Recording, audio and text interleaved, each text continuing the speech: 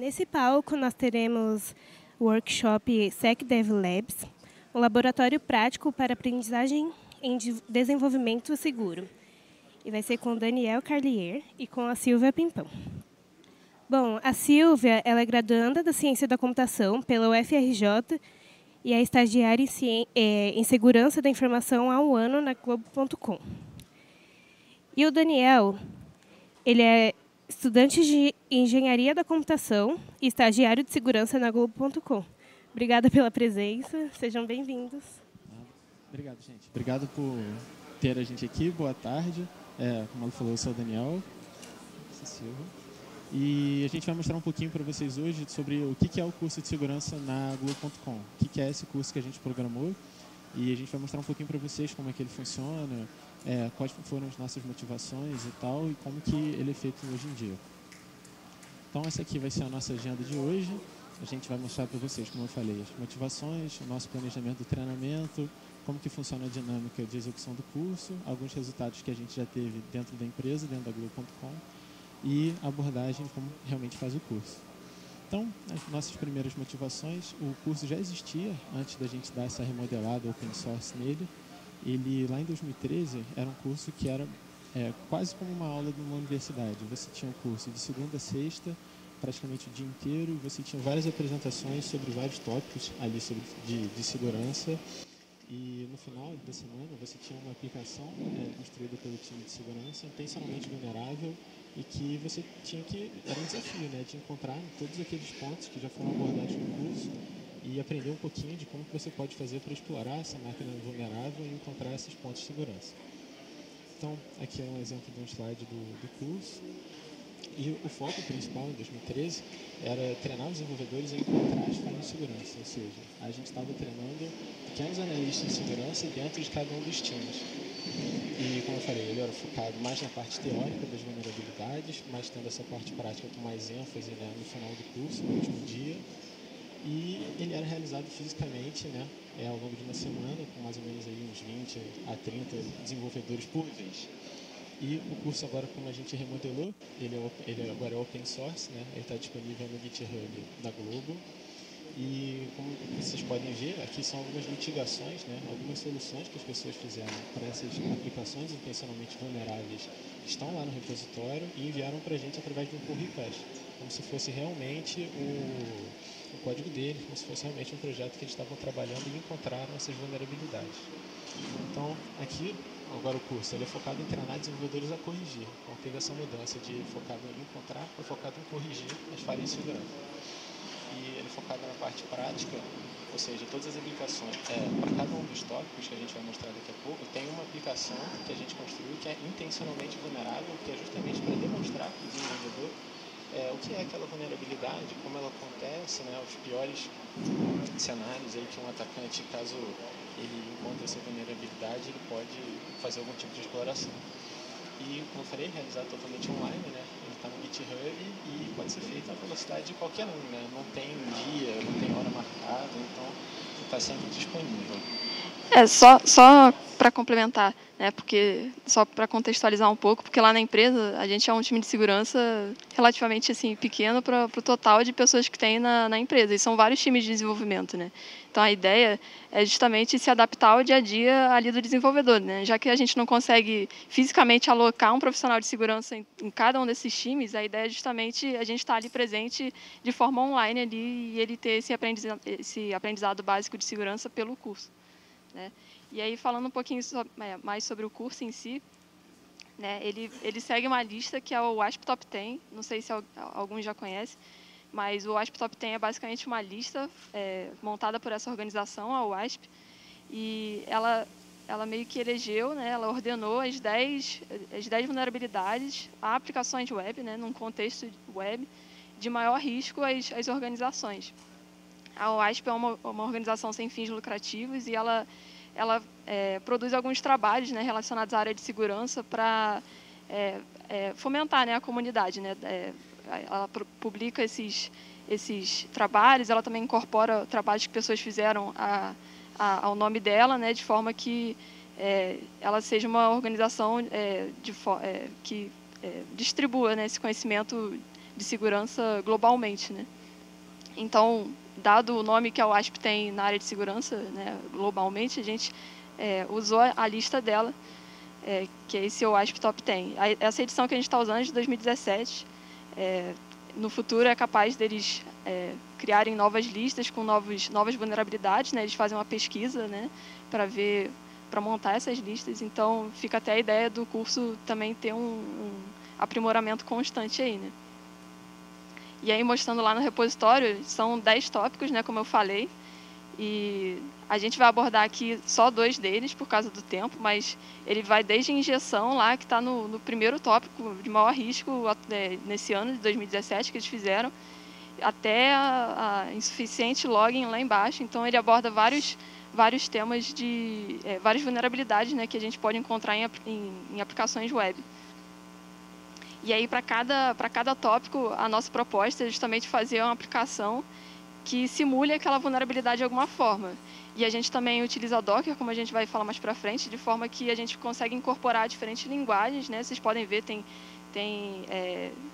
aplicações em Go, em Python, em PHP, Node, então de forma também que o próprio desenvolvedor, né, às vezes a gente está até crescendo agora, e a gente está tentando botar pelo menos 2 opções para cada tópico, pelo menos 2 linguagens, né, para cada tópico. A gente está aprimorando aí no repositório, de forma que o desenvolvedor pode até escolher aquilo que se adequa melhor àquela realidade dele ali no time, né, de segurança. E aqui só mostrando, né, como todas as vulnerabilidades estão relacionadas à web, né, para cada aplicação, a gente propõe também fazer uma aplicaçãozinha web com algum tema, né, às vezes um pouco engraçadinho, né, ali tem o Sai da Jaula, Monstro Fit, mas a gente tenta, para cada tópico, também dar um tema que seja divertido, né, para o desenvolvedor também estar cuidando ali da aplicação. Então, vou falar aqui um pouquinho como é que funciona a dinâmica, né? Como é que vai funcionar. A gente vai apresentar para vocês alguns slides rapidinhos sobre do que se trata uma vulnerabilidade. Hoje a gente trouxe para vocês 2, que é a primeira, o A1, que é de injeção, e o A7, que é de XSS, que é o Cross-Site Scripting. Então, a gente vai falar um pouquinho para vocês do que se trata, o que é, alguns dos exemplos que a gente encontra por aí, como se defender e, por fim, a gente mostra a aplicação para vocês. Então, legal, esse aqui é um exemplo da que a gente vai mostrar para vocês. Esse aqui é um blog de fofoca, né, ficcional, que a gente criou para motivar os alunos com um exemplo que existe realmente aí na vida real. A gente vai mostrar para vocês a narrativa de ataque, que a gente basicamente passa os passos, né, que um atacante poderia percorrer para conseguir, de alguma forma, obter alguma vantagem em cima daquela aplicação, uma forma que ele conseguiria explorar essa aplicação. E, por fim, a gente faz um desafio, né, ao desenvolvedor. Como é que você corrigiria essa vulnerabilidade? Que mudanças você proporia para você conseguir resolver, mitigar essa vulnerabilidade de forma que ela não apresente mais nenhum risco à segurança do seu produto? E, por fim, já com a sua modificação no código feita, a gente motiva todo mundo, a gente pede para que envie essa correção através do GitHub do SecDevLabs, como se você estivesse realmente corrigindo uma aplicação sua. Algum projeto seu que você desenvolve, encontrou essa vulnerabilidade, você vai justamente corrigir. Então, aqui a gente tem um exemplo de um pull request que estão colocando aqui para adicionar os logs, no caso aqui do A10, daquele último tópico da OASP. E falando mais especificamente sobre lá na empresa, né, a gente tem alguns resultados já. O curso tem um ano já? Tem cerca de 1 ano. E a gente tentou também disseminar a cultura, né? A gente chegou a dar alguns treinamentos lá presenciais para o pessoal conhecer o curso também.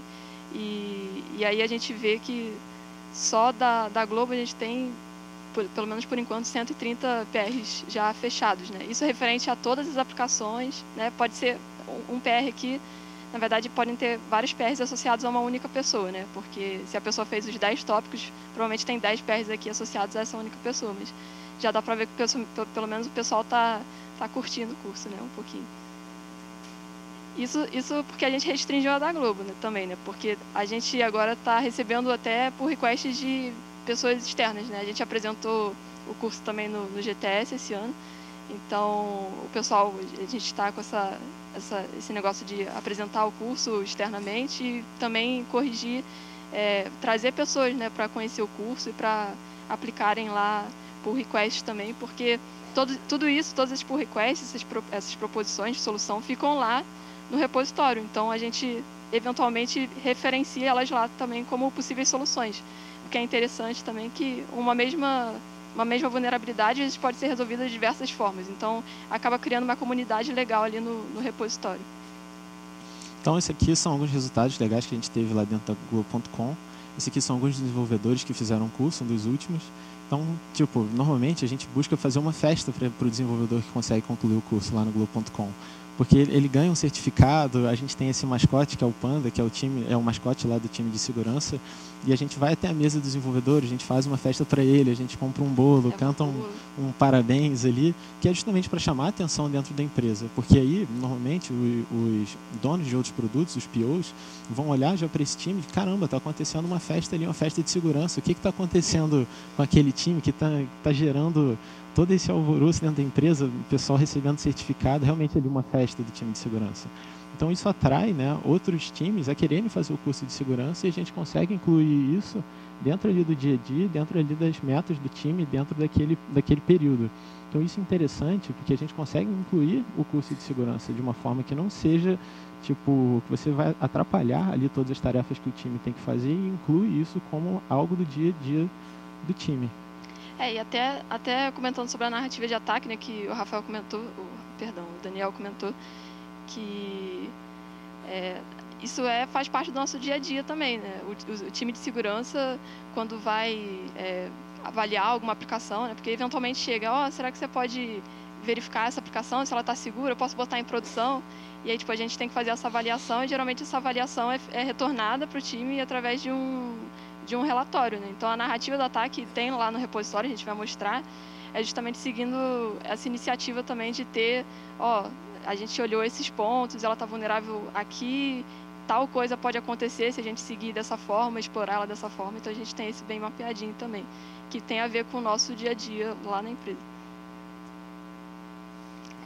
Como a abordagem aqui que a gente vai fazer só do A1, que é o de injeção, né, e o A7, que é o de XSS, justamente porque não tem tempo hábil para fazer tudo, mas a gente vai comentar 2 desses tópicos que são um dos mais relevantes aqui da lista do WASP. Dá um gostinho, né? Pois é.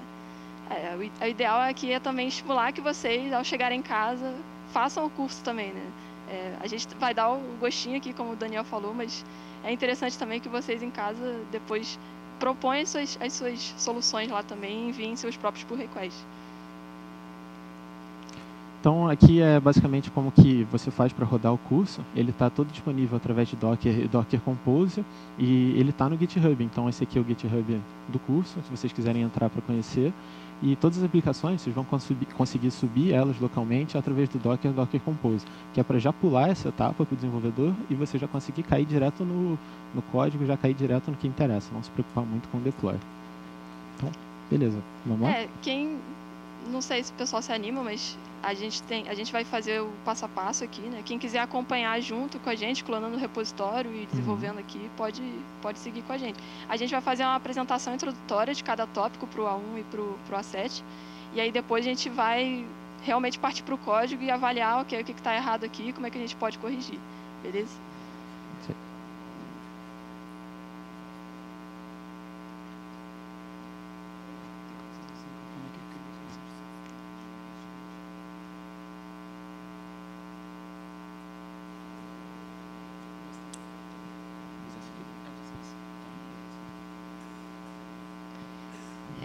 Falando então um pouquinho sobre injeção, né, que é o primeiro tópico lá do WASP Top 10, né, é a vulnerabilidade web lá de maior risco, né, que a gente tem pela WASP. A gente tem aqui uma agendinha, a gente vai falar um pouquinho do que é injeção, né, vai dar alguns exemplos. A gente vai depois finalmente chegar em como se proteger então de injeção. E a gente vai partir para a nossa aplicação desse tópico, que no caso aqui, a gente atualmente já tem até mais de uma, mas a gente aqui vai usar a copy and paste. Beleza? Então, falando um pouquinho sobre injeção, né? Injeção está relacionado com qualquer tipo de dado que está entrando na sua aplicação, né? A sua porta de entrada ali.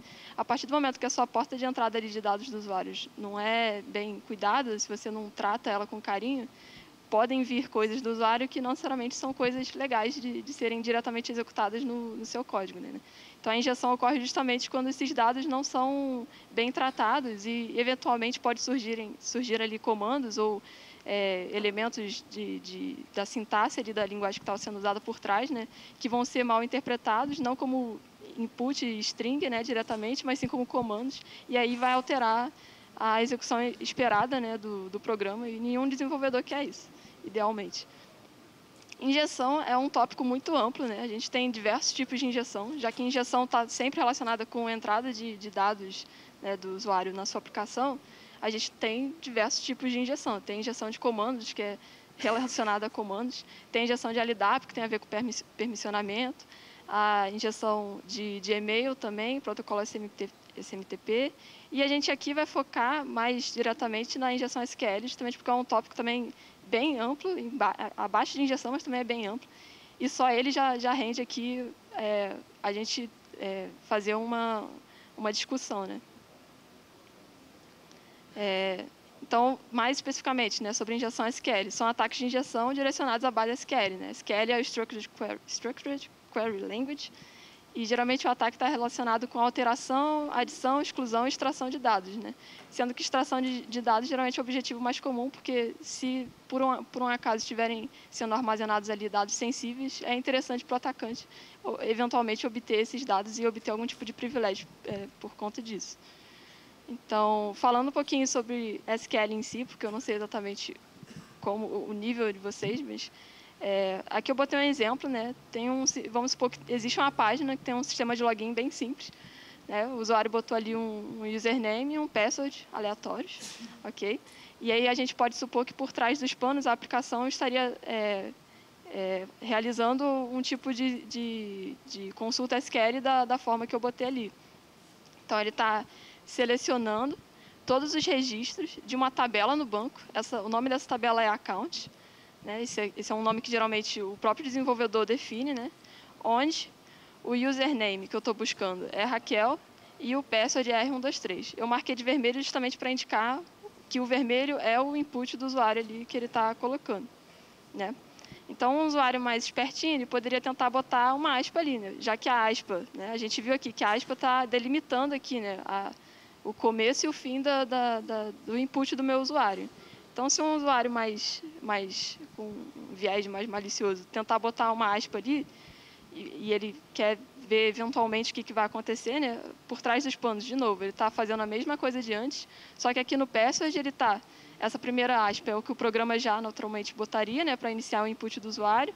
Aqui veio a aspa que o usuário malicioso, o usuário malicioso, eu não sou o usuário malicioso, ele botou, e aqui tem uma outra aspa que é o que a própria aplicação também colocaria para fechar ali o input do usuário. Né? E aí a aplicação pode retornar algo dessa forma, né? Pô, mas você tem um erro na sua sintaxe SQL. Por favor, cheque ali o manual, porque eu não estou conseguindo interpretar essas 5 aspas seguidas, né? Tem aspas sendo abertas e que não estão sendo todas fechadas, né? Então, isso aqui já é um indício fortíssimo de que provavelmente essa aplicação está vulnerável a ataque de injeção SQL. Isso tudo é um exemplo de ataque de injeção clássico, né? Que a gente chama. Então, evoluindo um pouco mais o ataque, né? Mostrando uma outra forma, né? Que pode ocorrer. Ali no campo password, ele está digitando o que está aqui no balãozinho azul. Então, aquela mesma consulta de antes, ela vai incorporar agora esse novo input que está sendo digitado. Né? Ele está continuando selecionando todo mundo da tabela count, né? Todos os registros que ele está encontrando, onde o username é uma string vazia, aqui no caso, e o password é uma string vazia, certo? Porque aqui essa aspa vai fechar, ou A é igual a A. E aqui nesse slide eu até botei o parênteses para ficar mais claro, né? O que ele está validando nessa consulta. Né? Então, ele está selecionando os registros da tabela count, onde isso aqui é verdade, né? Onde o username e password é vazio, ou onde A é igual a A, string A é igual a string A. Né? Só que a string A é sempre igual a string A. Então, toda essa parte aqui da consulta vai ser invalidada e eu vou conseguir bilogar a aplicação indevidamente. Né? Então, eu consigo bypassar a autenticação usando uma string maliciosa desse tipo. E aí, mostrando também o tracinho, que na sintaxe SQL ele comenta todo o restante da consulta. Né? Então, se por um acaso tivesse um usuário aqui, admin, na aplicação, eu ia conseguir botar aqui, eu quero me logar como usuário admin, fechei a aspa, então não vou validar mais nada, e todo o restante da minha consulta vai ser comentado. Então, tudo isso aqui vai ser invalidado, e basta existir um usuário cadastrado nesse sistema com username admin para eu conseguir bypassar essa autenticação, né? E aí vamos evoluir um pouquinho, né? Falando agora não mais do clássico do error-based SQL injection, em que basicamente eu tenho aqui uma página, né? Eu estou acessando uma página, eu tenho um parâmetro que é esse ID, que eu estou passando o valor 1 para ele. Mas um usuário malicioso, ele concatenou todo esse payload aqui em vermelho, beleza? E basicamente o que essa parte em vermelho está fazendo, sem entrar em muitos detalhes, ele está tentando converter o user, que é o usuário, né, do banco da aplicação, o usuário do banco que a aplicação está usando, né, para fazer o que ela precisa fazer, e ele está tentando converter esse valor para um inteiro. Só que aí a aplicação está retornando um erro falando, poxa, mas eu não consigo transformar um nvarchar, o nvarchar Joaquim, para uma coluna de tipo int, justamente porque por causa desse erro ele acaba me dando essa informação aqui que teoricamente eu não deveria ter acesso, né? Não é, um usuário não é legal ele ter assim a facilidade de inferir dados, né, sobre o que está rodando por baixo dos panos da minha aplicação, né? Então, esse aqui é um exemplo de a gente está extraindo, né, as informações estão sendo extraídas do banco através de erros, não necessariamente... É diferente do caso anterior, né, que a gente estava bypassando a autenticação. Aqui a gente está, na verdade, extraindo informações do erro que é retornado pelo próprio SQL.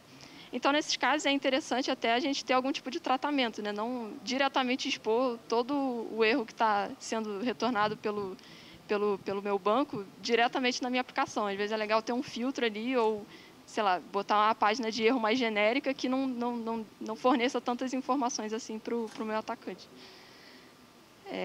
E aí também tem o Union-Based SQL Injection, né, porque na sintaxe SQL a gente tem esse comando, né, o Union All, em que a ideia dele é justamente juntar, né, mesclar consultas. Então, na parte esquerda ali do meu Union, eu estou fazendo uma consulta, na parte direita eu estou fazendo uma outra consulta. Então, no final, ele vai tentar mesclar todos os resultados dessas consultas numa única tabela.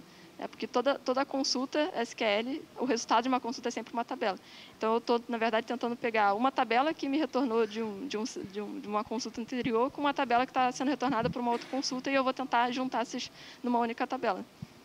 Mas ele tem uma particularidade, que é justamente essas consultas que eu estou mesclando, as tabelas retornadas, né, por essas consultas que eu estou fazendo, estou unindo, elas têm que todas ter o mesmo número de colunas, que é justamente o erro que ele está retornando aqui, né? Eu estou tentando, o usuário malicioso aqui está tentando botar o Union All Select e o Version, que é justamente para extrair a informação de qual a versão do banco, né? Só que o erro que a aplicação está me retornando aqui é, poxa, mas o select que você está usando tem um número diferente de colunas da outra consulta.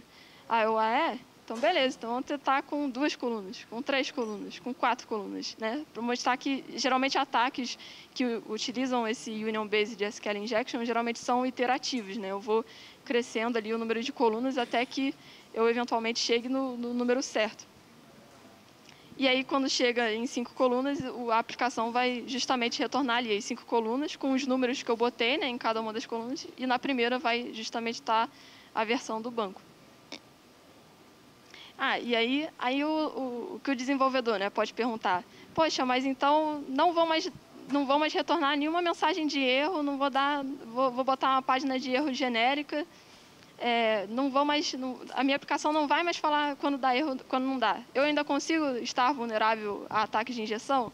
E a resposta é sim, porque existe o Blind SQL Injection, que é justamente, e se a minha aplicação não retorna erro nenhum, eu ainda consigo inferir coisas do meu banco através de ataques de injeção? Eu consigo, a partir do momento que eu posso fazer delays, né, na resposta da minha aplicação. Então, nesse exemplo aqui, né, abstraindo um pouquinho, ele está tentando ver se o primeiro caractere da string do user do banco, né, é o ASCII 98, que, se eu não me engano, é B, né? Acho que é B. Ele está tentando ver se o primeiro caractere de user é o caractere B. Se for, ele vai esperar por um delay de 10 segundos. Só que a aplicação teve uma resposta imediata ali. Então, poxa, então não é o caractere B. Mas vamos tentar agora com 99, né? Vamos tentar agora ver se é esse outro caractere. Aí eu boto aqui o wait for delay 10 segundos e a aplicação só retornou depois de 10 segundos. Então eu consigo ainda inferir coisas sobre o banco, mesmo não tendo nenhuma página de erro. Às vezes é a mesma página de login, né, que está sendo recarregada, né, está dando um reload na página, e eu estou conseguindo extrair informações do banco só a partir do delay dela em me retornar, né? E é isso. E aí a gente parte para como se proteger, né? O primeiro ponto, que é sempre muito importante, que a gente frisa muito, é o uso de queries parametrizadas, né? Em que a ideia, basicamente, a gente faz um esqueleto, né, da consulta ao banco que a gente quer fazer, a gente monta já o esqueleto da consulta, né? Aqui, no caso, ele já está aqui botando user password from account, essa aqui é a consulta que eu quero fazer.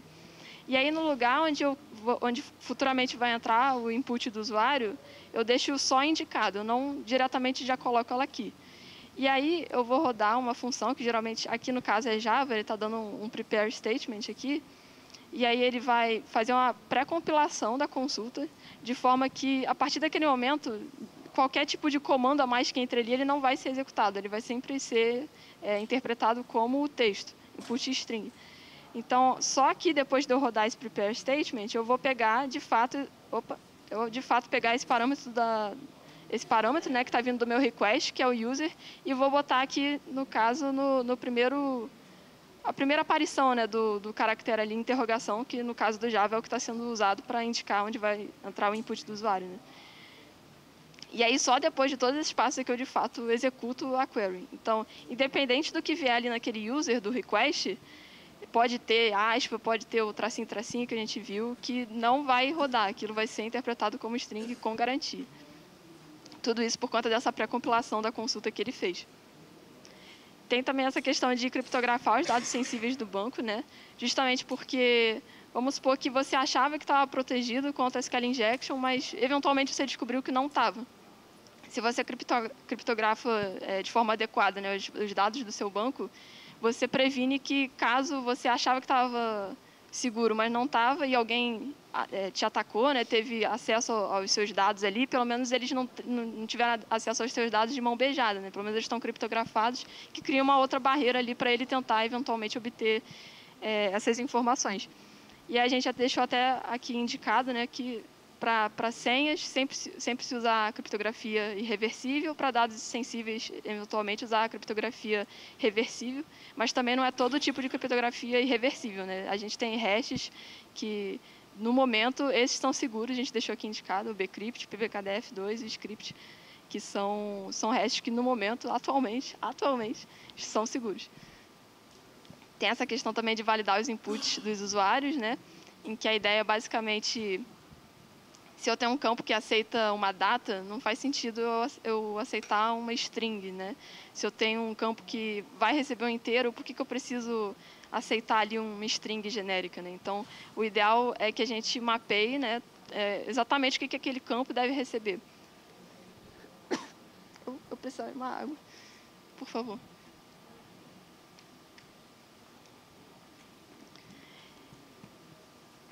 Então, e essa validação é importante também que ela não seja feita só client-side, né? Porque o usuário mais pertinho ele pode sempre bypassar aquela barreira que você fez em client-side. Então, sempre fazer essa validação tanto client-side quanto no back-end. Obrigada.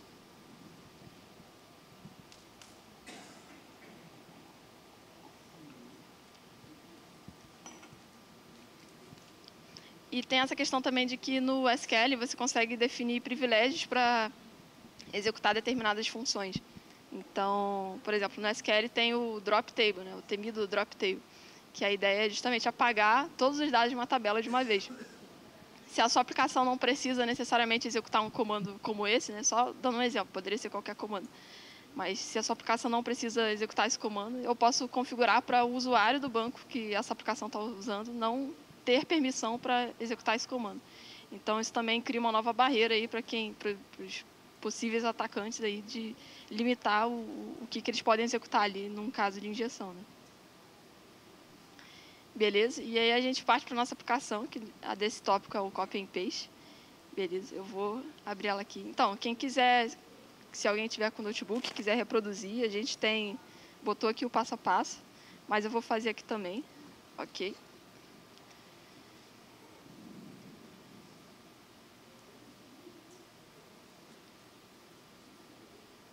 Aqui.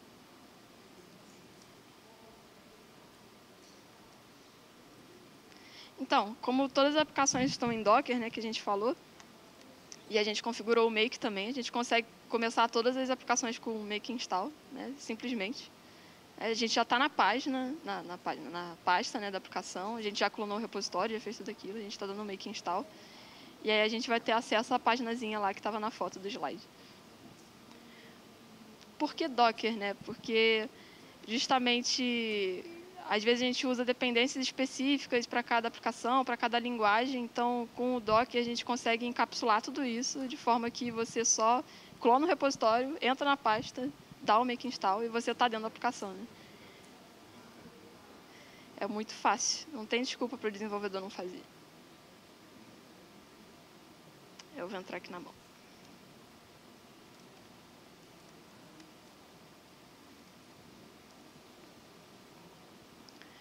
Essa aqui é a nossa aplicaçãozinha.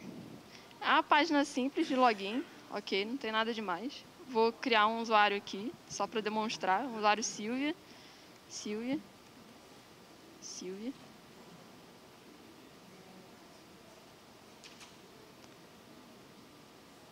Criei o usuário Silvia. Agora eu vou me logar como esse usuário que eu acabei de criar. E ele me dá o Welcome Silvia. Dá para ler a mensagenzinha? Ele dá ali o Welcome Silvia. Beleza? Só isso. A aplicação é só isso. São aplicações geralmente simples, né, que a gente tem no repositório, justamente para...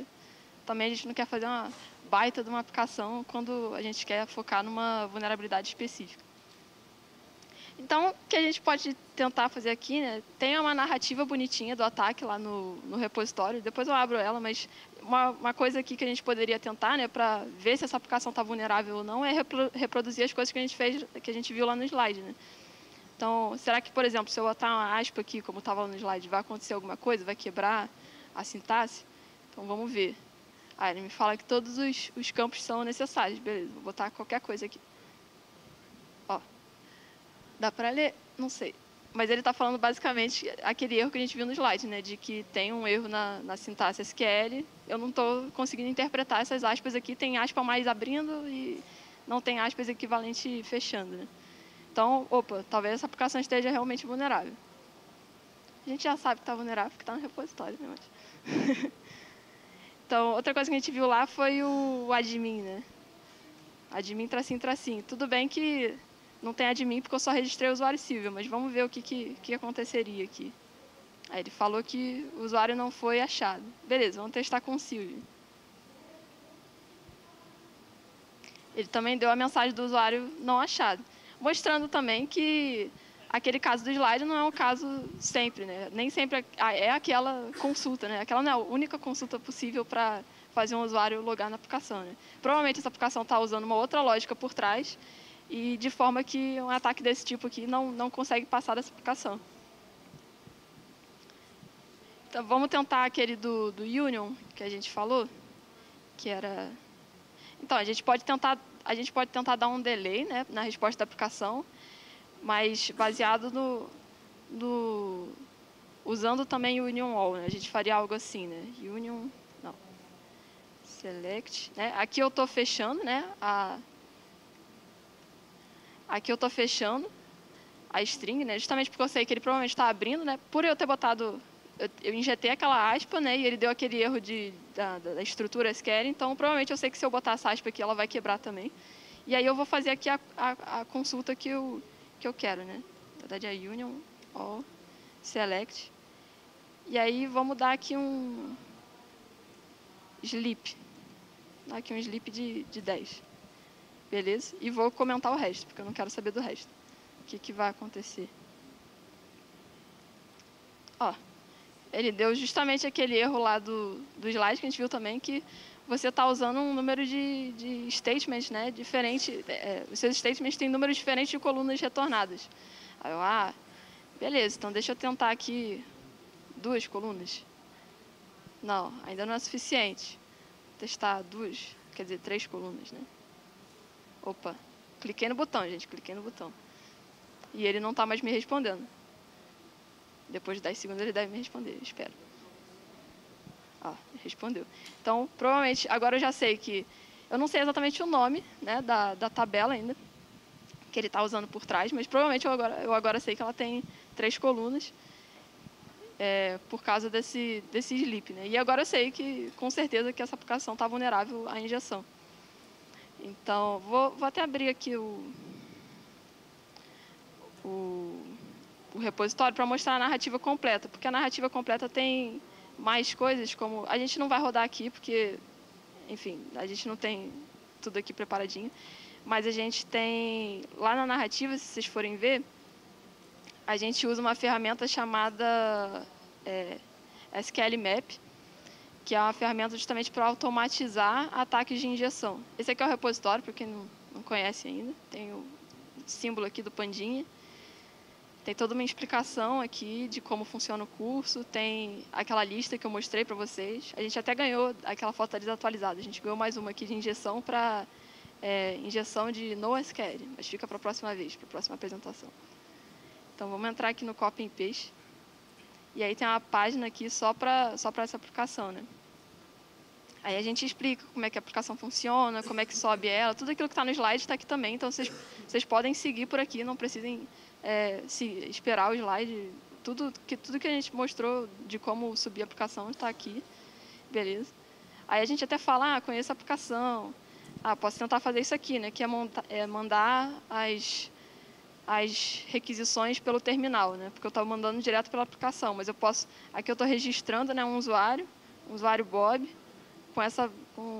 com password, mas só para mostrar que a gente também pode mandar por aqui, user Bob created. Beleza. Opa, me perdi. Tá aqui. E a gente também pode logar. Só para mostrar que também dá para mandar pelo curl. Show welcome Bob. Aí aqui vem a narrativa do ataque, né, que é o que a gente comentou justamente de como é que a gente vê se essa aplicação está vulnerável ou não, né? Então, eu vou pular aqui, o comando que a gente mandou está aqui, beleza? Vocês podem seguir por aqui também. Mas eu vou pular direto aqui para a parte do SQL Map, que é o que a gente não vai rodar aqui. Mas no caso aqui a gente criou um arquivo, né, que a gente está falando para ele que a gente quer rodar ele nessa rota do login, passando esses parâmetros aqui, né, testar se esses parâmetros são vulneráveis. E aí a gente roda o SQL Map passando esse arquivo como parâmetro, né, e aí ele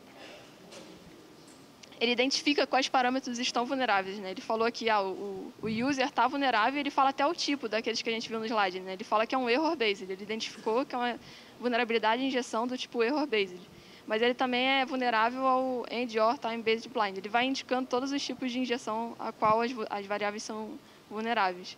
E aí você pode escalar isso, né? Tem a forma de você descobrir quais tabelas ele tem, você fazer um dump dos dados.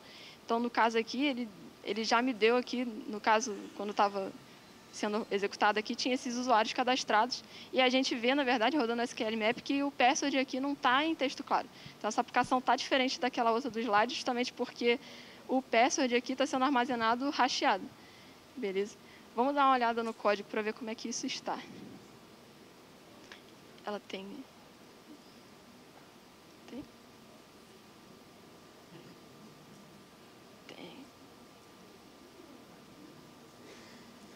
Não.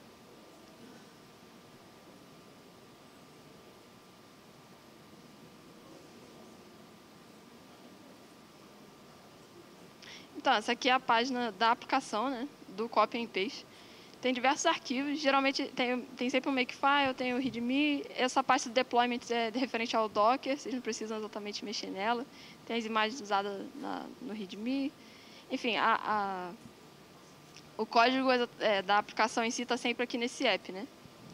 E aí, se a gente for olhar aqui, né, tem várias coisas, mas tem a pasta aqui útil que tem justamente as funções do banco, né, que é esse db.go.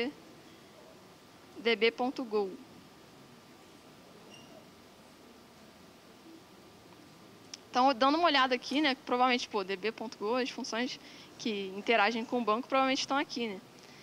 E aí a gente chega aqui e vê, tem uma query aqui que ele tá a função, né, authenticate user is the function that checks if the given user and password are valid or not. Então ele vai checar, né, se aquele usuário com aquela senha estão cadastrados, né, e são válidos. E aí a função, a consulta, né, SQL que ele está fazendo por trás dos panos é essa aqui, né? E aí a gente vê que o parâmetro user que ele vem lá do argumento aqui, né? Ele é diretamente concatenado aqui na consulta, né? Então ele não está fazendo aquela primeira recomendação que a gente fez lá no slide, né, das queries parametrizadas, não está acontecendo aqui. Ele está pegando aquele valor do usuário e está botando direto para aquela consulta, beleza? Então, uma possível solução, né, uma possível proposta de solução para essa aplicação seria justamente utilizar as queries parametrizadas. Eu vou mostrar para vocês aquele campo do... Vou mostrar para vocês os pull requests, porque aqui na aplicação, a gente sempre tem a seção das soluções do PR, né? Então, a gente vai acessar aqui e ver o que as pessoas... tá vendo? Tem várias propostas de solução, nem todas são iguais, então fica fica legal de consultar depois, né? O que as outras pessoas fizeram para... É interessante que cada um faça o próprio, né? Antes de ver o dos outros, dos coleguinhas, e aí coloque lá e depois confira para ver o que as outras pessoas fizeram. Mas se a gente chega aqui e vê, sei lá, vamos ver um antigo, vamos ver esse aqui.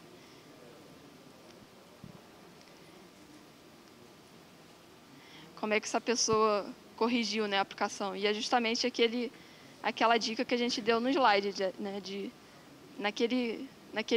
naquela parte, né, do código, onde estava sendo diretamente concatenado o user, ele agora vai usar, ele na verdade vai deixar indicado e só depois é que ele de fato executa o comando.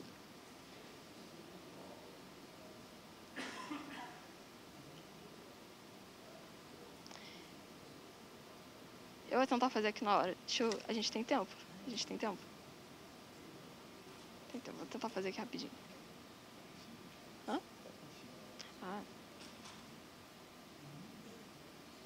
Que problema de fazer na hora? Que provavelmente não vai funcionar, mas vamos tentar. Eu tenho um statement, beleza? Eu tenho um erro também, que pode ser retornado. Eu vou chamar uma função, eu tenho esse dbcon, que é a minha conexão com o banco, beleza? E aqui no Go, né, essa função, essa linguagem é Go, eu tenho essa função prepare, que é justamente aquele negócio que a gente falou da pré-compilação da consulta, né? Então, deixa eu copiar a minha consulta aqui. Beleza, porque ela não vai mudar, eu vou continuar fazendo a mesma consulta.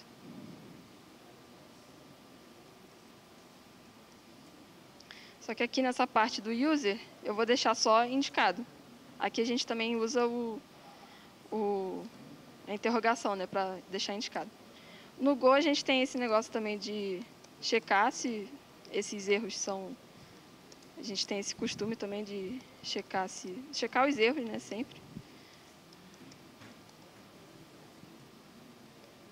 Deixa eu comentar isso aqui. E aqui eu vou ter que, de fato, executar a função.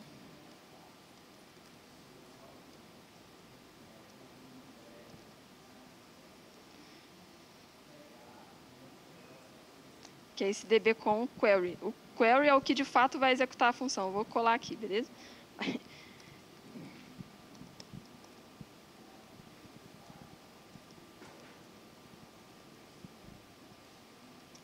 Se o meu erro é diferente de new.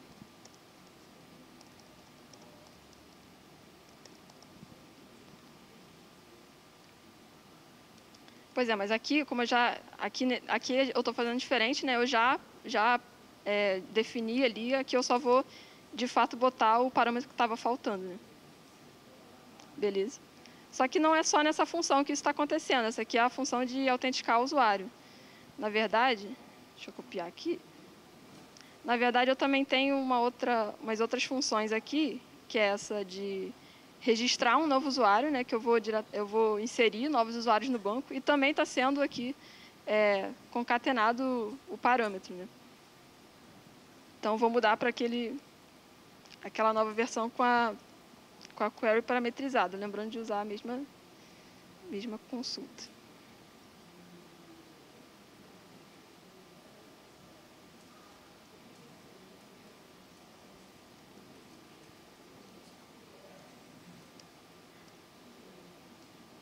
E aqui são dois parâmetros, o user e o passhash, né, aqui em cima.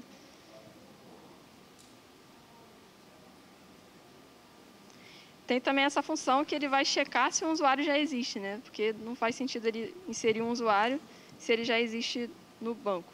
Então, opa. Deixa eu pegar a minha colinha, porque é basicamente a mesma coisa, né, que eu estou fazendo nos 3 lugares. Esse aqui é o meu código antigo, que eu vou tirar. A consulta eu vou fazer a mesma de cima.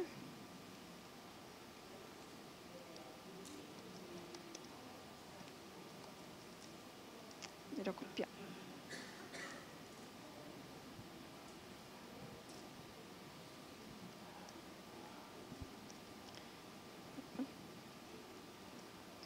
Beleza. E aí, para eventualmente testar, né, pô, será que a minha solução está válida? É só, de novo, rodar o make install e o Docker vai fazer o trabalhinho dele de rodar de novo a aplicação. E ela vai subir de novo na mesma pasta. Na mesma página, na mesma porta.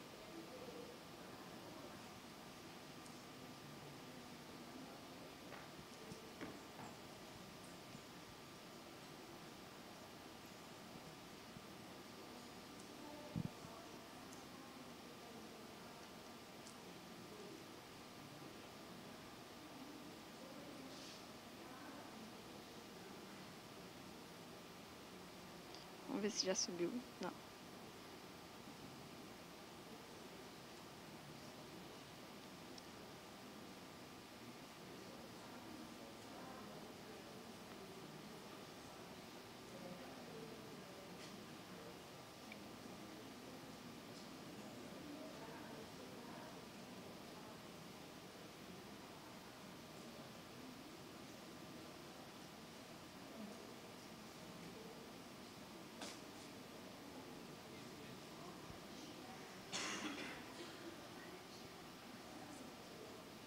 Ah, beleza, beleza.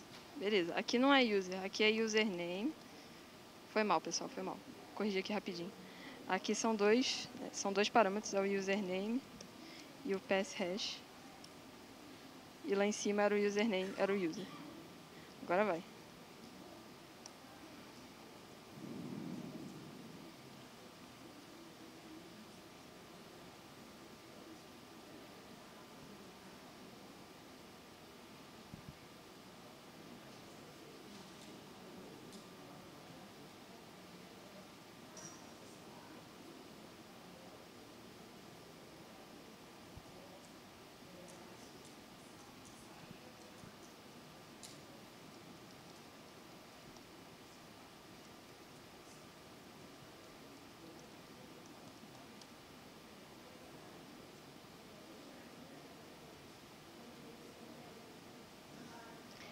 Gente, acho que eu caio no conto aqui de fazer na hora e não dá certo, mas...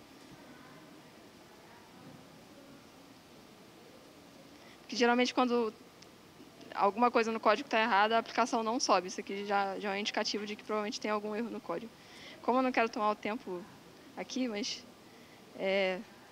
A solução aqui, a proposta de solução é usar lá as queries parametrizadas, né? Provavelmente aqui é uma questão de sintaxe aqui que eu estou me esquecendo do Go. Mas a gente deu o exemplo lá do Java, né, como é que seria escrito no slide, e aqui no Go tem as referências lá que estão nos pull requests, né? Então fica... eu vou matar isso aqui.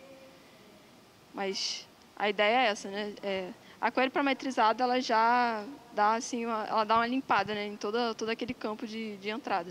De forma que, se o código estivesse certo, se eu entrasse de novo, desse o make install e entrasse na mesma página lá da aplicação e rodasse de novo aquele, ou a aspa, ou aquele aquele pliquezinho, union select all, e botasse aquele delay lá de novo, não ia rodar.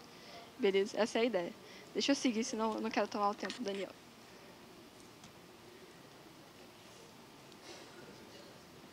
Ali.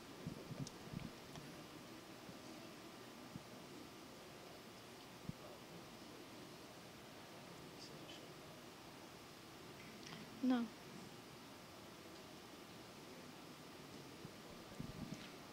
Bom, então, pessoal, vou falar agora um pouquinho para vocês sobre aquele outro tópico que a gente falou que a gente vai apresentar aqui, que é o A7, que é o Cross-Site Scripting. Então, o que é XSS? Né? Eu vou falar aqui um pouquinho para vocês do que se trata, sobre o XSS refletido, persistente, DOM-based, vou dar esses 3 aqui exemplos, como se proteger, e vou mostrar um pouquinho para vocês sobre a aplicação, né, que a gente construiu e que a gente trouxe aqui para vocês de exemplo, que é essa Gossip World. Então, o que é XSS? Né? XSS é uma técnica de você conseguir injetar código JavaScript numa aplicação vulnerável, focado em obter alguma informação, normalmente do cliente, focado em obter não alguma informação do servidor, mas sim de quem está usando aquela plataforma, de quem está usando aquela aplicação, no cliente mesmo. Então, tenho aqui um exemplo para vocês de um XSS refletido. Imagina que a gente tem uma aplicaçãozinha aqui que tem um campo ali de busca. Você pode buscar por algum conteúdo, alguma coisa assim. Então, se você buscar por futebol, você logo vê que aparece uma bola, você logo vê que a busca encontra o que você está procurando. Mas como que essa busca funciona? Essa busca, no fundo, é um HTML que está rodando. Então, o navegador, quando ele roda, ele vai querer processar aquilo que está ali para exibir na página para você. Então, se você colocasse uma tag de script, de algum JavaScript, será que ele vai querer ser bonzinho com você? Vai ver aquela tag e vai pensar, caramba, vamos interpretar isso aqui? Vou ajudar ele, vamos ver o que acontece. Então, digamos que a gente coloca uma tag script aqui, com aqui um exemplo de um alert 1, que só vai aparecer uma mensagem com o número 1 na tela. Será que o navegador vai ser legal comigo? Vai querer processar essa tag e vai exibir para a gente o resultado? Então, demonstrando aqui o que eu falei, é uma tag script que o navegador interpreta. Então, ele vai ver, caramba, devo executar. Então, ele executa e o que a gente tem justamente é essa mensagem aparecendo no lado do cliente. Então, esse é o XSS refletido. É uma URL que, por exemplo, você poderia enviar para alguém, como você pode ver ali em cima, a gente tem esse exemplo passando ali na URL. Então, se você enviasse para alguém e alguém fizesse essa requisição, muito provavelmente ele poderia sim ser afetado por esse tipo de ataque. Então, mostrando aqui como funciona o fluxo, um atacante vai ele fazer alguma URL, alguma página ali com o código da injeção e vai enviar para o usuário, que ele vai ter alguma coisa acontecendo no seu computador de forma inesperada.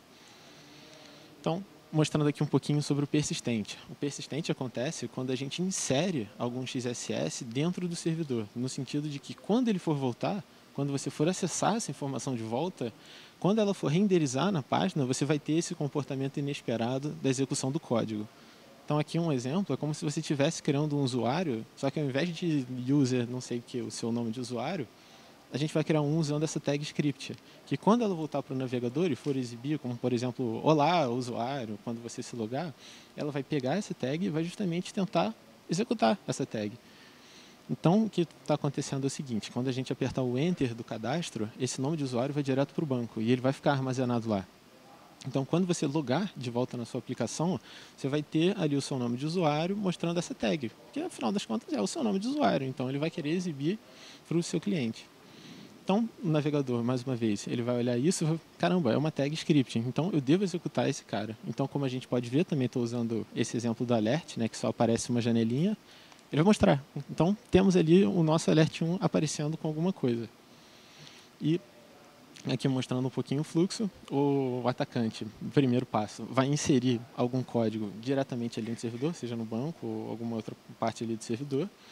E quando o usuário legítimo for fazer uma requisição a esse servidor, ele pode acabar pegando, né, esse código que foi modificado pelo atacante e acabar tendo um resultado inesperado do seu lado, que pode vir a ter todo tipo de complicação. Então, a gente tem ali no terceiro passo, a aplicação devolve o conteúdo malicioso inserido justamente pelo atacante.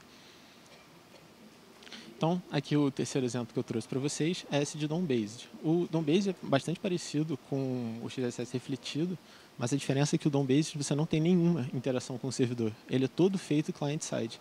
Então, nesse aqui, você não precisa fazer uma requisição de busca, você não precisa fazer nenhum tipo de interação com o servidor. Então, o exemplo que eu trouxe aqui para vocês é, por exemplo, imagina que você tem uma página em vários idiomas e ele, por padrão, vem em português. Então, quando você coloca ali idioma em português, ele já logo aparece ali, resultados em português e a página está toda em português. Mas e se você trocasse ela para alguma outra língua? Se você trocasse ela para, por exemplo, o inglês? Tem alguma configuração nessa página que entende esse inglês e transforma a página para você no que você pediu. Então, a gente vê que isso aqui é totalmente client-side, não está sendo feito nada com o servidor. E se a gente tentasse colocar de novo uma tag script? Será que ele vai pegar essa tag script e vai tentar colocar em algum lugar aí da página e acabar tendo algum comportamento inesperado da nossa aplicação? E é isso, quando a gente troca o idioma e coloca essa tag, quando ele ia exibir ali naquela barra de resultados, qual era a língua que você escolheu, ele processou essa tag e gerou, consequentemente, aí, esse alert. Então, como se prevenir desse ataque? Um dos pontos é você garantir o tratamento de dados que retornam dos dados do cliente que vem de algum servidor. Por exemplo, você escape esses caracteres.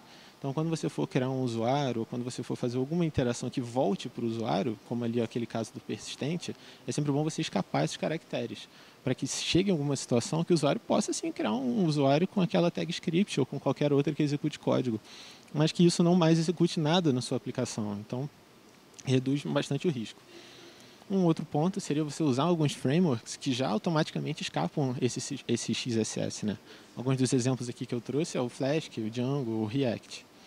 E, por último, procure utilizar alguns navegadores que já possuem uma implementação desse header XSS Protection, que é um header que auxilia, aí, que já mitiga alguns casos XSS. E, se eu não me engano, o Chrome já vem com esse header já implementado, então você já consegue aí mitigar alguns ataques, alguns payloads que você poderia utilizar de XSS, só por estar utilizando um browser que já automaticamente implementa esse cabeçalho. Então, a aplicação aqui que eu trouxe para vocês é simulando um blog de fofocas, né? Como a gente trabalha na Globo, a gente tem sempre esse contato com alguma coisa midiática. Então, um blog pode ser um exemplo que algum desenvolvedor possa encontrar ali durante o seu dia a dia. Então, para ilustrar justamente isso, a gente trouxe essa aplicação com esse tema para vocês. Então, que nem a outra que a Silvia mostrou, é bastante simples você iniciar ela. Você entra na pasta, no caso dessa, o asset Gossip World, dá um make install e ela já vai estar disponível para você no localhost ali na porta 10.007. Então, vou mostrar para vocês rapidinho esse passo. Deixa eu só ver em qual pasta a gente está. Vou voltar e vou entrar nessa asset, que era aquela pasta que eu falei para vocês. E agora eu vou entrar aqui na aplicação. Então, como a gente pode ver, eu já estou naquele diretório justamente da aplicação que eu mostrei para vocês. Então, legal. Estando aqui, eu posso dar simplesmente um make install e a aplicação vai subir para você. Mesmo que a gente já tenha algum outro container rodando, como era o caso do A1, que ficou da demonstração passada, o próprio Docker vai cuidar disso, vai remover esses containers que agora estão órfãos e vai subir os novos containers para a gente já executar. Então, a aplicação está ligando aqui, demora um pouquinho porque tem um MySQL rodando e ele demora um pouquinho para ligar. Então, a gente já tem ela ali disponível no localhost 10.007. Então, se a gente abrir aqui o nosso browser e acessar o 10.007, a gente já tem aqui a nossa aplicação disponível para a gente, super rápido. Então, eu vou criar aqui um nome de um usuário, só para mostrar para vocês um pouquinho como é que ela funciona. Eu vou criar um usuário Daniel aqui mesmo. Galera, minha senha não é Daniel, isso aqui é só para demonstrar. Deixar bem claro Deixar que a gente bem não claro. usa sempre senha. E não, peraí, vou criar. Ih, salvei, já era. Então, beleza, vou criar aqui o Daniel.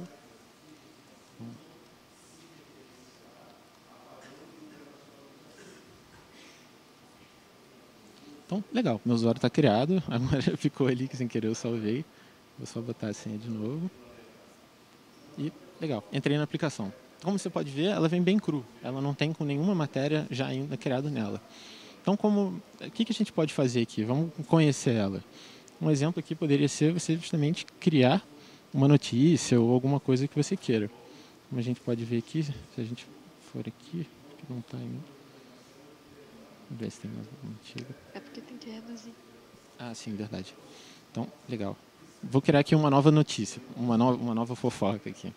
Então, vamos criar uma de exemplo e vou colocar aqui o meu texto da WebBR. Beleza. Então, criei essa aqui. Então, agora ela já deve estar disponível ali na página principal, na nossa home. Indo aqui, a gente já tem essa matéria aqui de exemplo. A gente pode entrar ali um pouquinho dela, tem ali a data de publicação e tudo mais.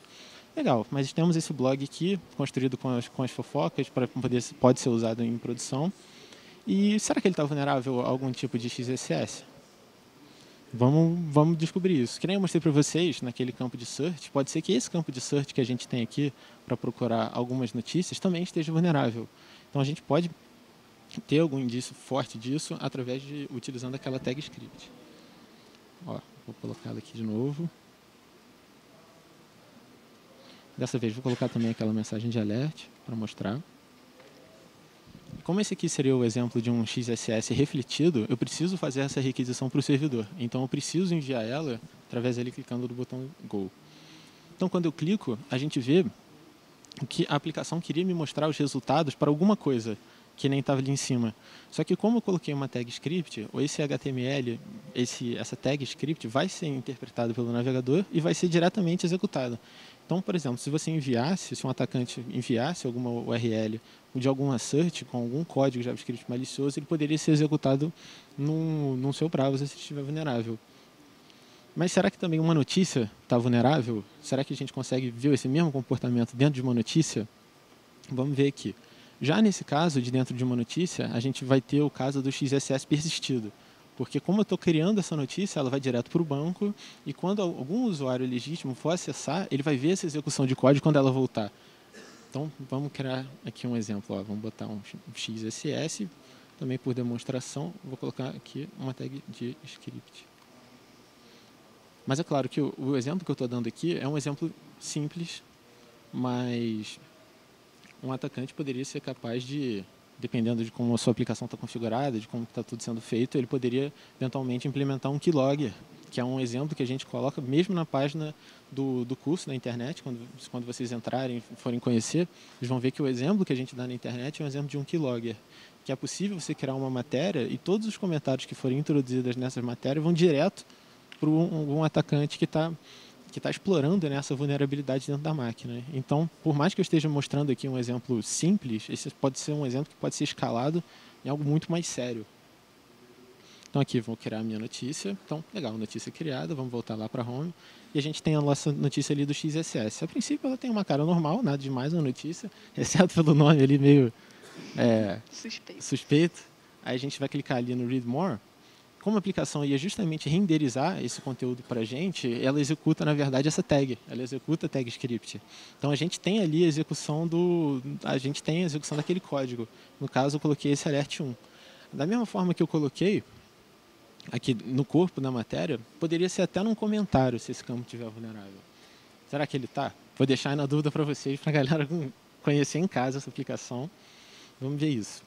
Então, aqui no caso, como que você corrigiria isso? Como é que você trataria esse XSS daqui? Isso seria uma pergunta, né, que um time de desenvolvimento eventualmente enfrentaria durante ali o seu dia a dia, caso alguém reporte esse tipo de vulnerabilidade para você, para o seu time. Então, é importante, é isso que a gente está dando foco aqui, justamente na correção, né, na correção da vulnerabilidade. O que você pode fazer para corrigir isso daqui? Então, vou mostrar para vocês um exemplo aqui, né, mostrando um pouquinho do código dessa aplicação. Deixa eu abrir aqui.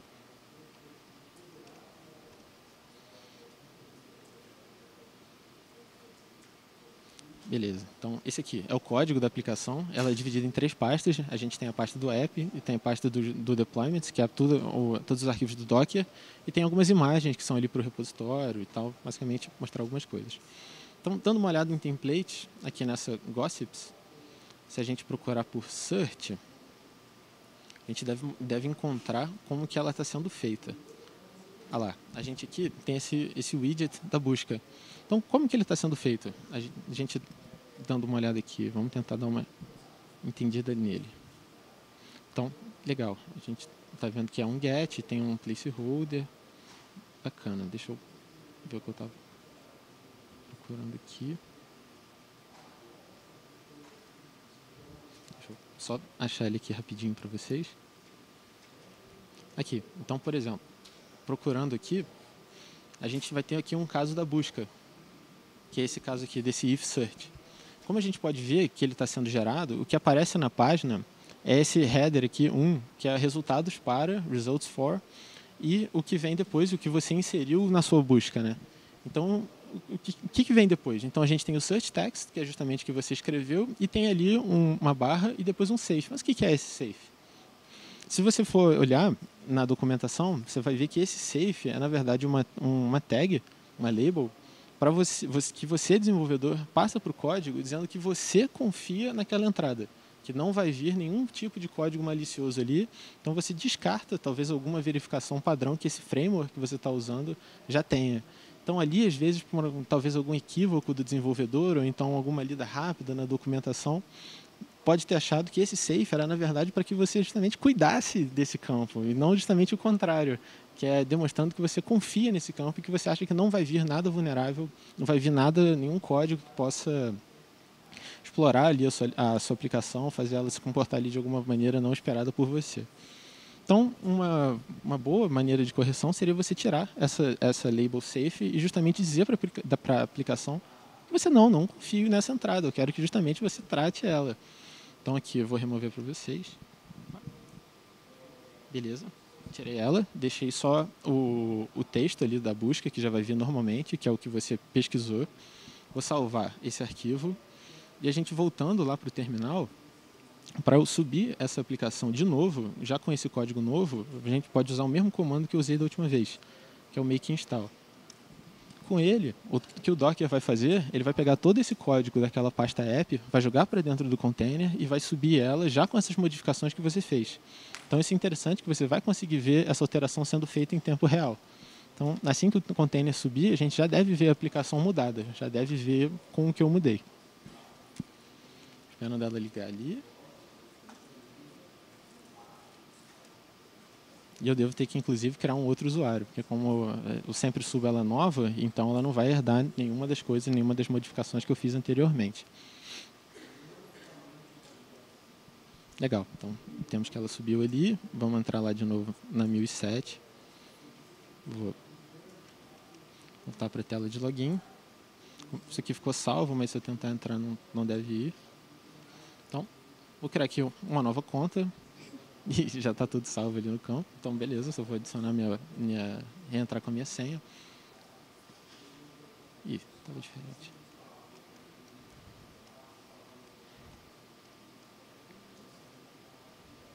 Então, legal, adicionei o usuário novo. Vou entrar aqui com o meu usuário novo. Beleza, não atualizei. E aqui, como falei para vocês, a aplicação veio crua de novo. Então, o campo que a gente mudou era justamente aquele campo da search. Era o campo que exibia os resultados do search. Então, se eu digitar aqui qualquer coisa, por exemplo, um WebR, a gente vai ver que na busca aparece lá, Results for WebR. Então, vamos ver se a gente colocar algum script ou alguma coisa, ele vai executar. Aí já está lá. Então, legal, vamos colocar aqui o nosso tag script e vamos ver se algum resultado acontece. Então, eu executo ele como é o XSS refletido. E o que a gente vê é que, na verdade, esse framework que a gente está utilizando tratou essa entrada. Então, agora, como ele tratou essa entrada, isso aqui é interpretado como simplesmente um texto normal. Então, você pode pesquisar por um script alert 1, usando tags de script, não tem problema nenhum. Que ela vai ser exibida normalmente, como se fosse uma busca qualquer, como se o usuário estivesse pesquisando por um nome simples, né? E aqui o que eu mostrei para vocês foi só desse campo da busca, só esse campo de procura. Claro que existem outros campos na aplicação, que nem eu mostrei para vocês, de criação ali de matérias, talvez os comentários. Então, é interessante você fazer depois uma busca toda na aplicação, não são muitos campos, e justamente ir tirando eles para garantir que toda a sua aplicação seja vulnerável, né? A segurança máxima da sua aplicação só é tão forte quanto o seu elo mais fraco. Então, é importante sempre vocês procurarem todos aí dentro da sua aplicação. Então, gente, é isso que eu queria mostrar para vocês sobre o asset, assim que ele funciona, é um exemplo de correção. E agora, com esse código, já com essa modificação, o que a gente proporia para vocês é que vocês enviassem para a gente no GitHub, e lá toda a comunidade do SecDevLabs, não só o time da Globo.com, vai avaliar esse pull request, essas mudanças que vocês fizeram no código, e vai retornar um feedback legal para vocês. Então, pode ser uma forma legal tanto para vocês conhecerem, tanto para vocês começarem, né, alguma coisa de correção e ter essa oportunidade de ter alguém que possa avaliar ali a sua correção e eventualmente dar o feedback. Reforçando que esses são... Deixa eu tirar isso. Reforçando que esses são 2 daqueles 10 tópicos, né? Aqui a gente está cobrindo muito pouco. É interessante que vocês depois deem uma olhada no geral lá da OASP Top 10. Beleza. Sim, tem mais 8 tópicos lá no curso e agora a gente já tem mais de uma aplicação, às vezes por um tipo de vulnerabilidade. Nesse caso aqui do XSS a gente não tem, mas no caso da injeção que a Silvia apresentou, a gente agora tem tanto de SQL quanto de NoSQL. Então, você já aumenta aí o seu leque, né, de coisas legais para vocês conhecerem, de aplicações diferentes para novas, justamente para conhecer. E um último comentário interessante sobre essa aplicação é que ela é em Python, né, e ela é usando Flask, que se vocês prestarem atenção lá no slide, está lá como um dos frameworks considerados seguros, né? Então, demonstrando que, por default, ele estaria seguro. O problema foi aquela label inserida ali indevidamente. Então, simulando também casos reais em que, vamos supor, você é um novo desenvolvedor que entrou no time e você está ali avaliando aquela aplicação e alguém pode ter colocado aquilo ali e você está avaliando isso nesse momento. Então, é importante avaliar também que cenários assim existem na vida cotidiana do trabalho, né? Beleza? Então, gente, é isso. Um prazer ter vocês aqui. Muito obrigado pelo espaço. Nós vamos abrir agora para perguntas. Se alguém tiver alguma pergunta, eu peço para se direcionar ao microfone que está à minha esquerda. Alguém tem alguma pergunta?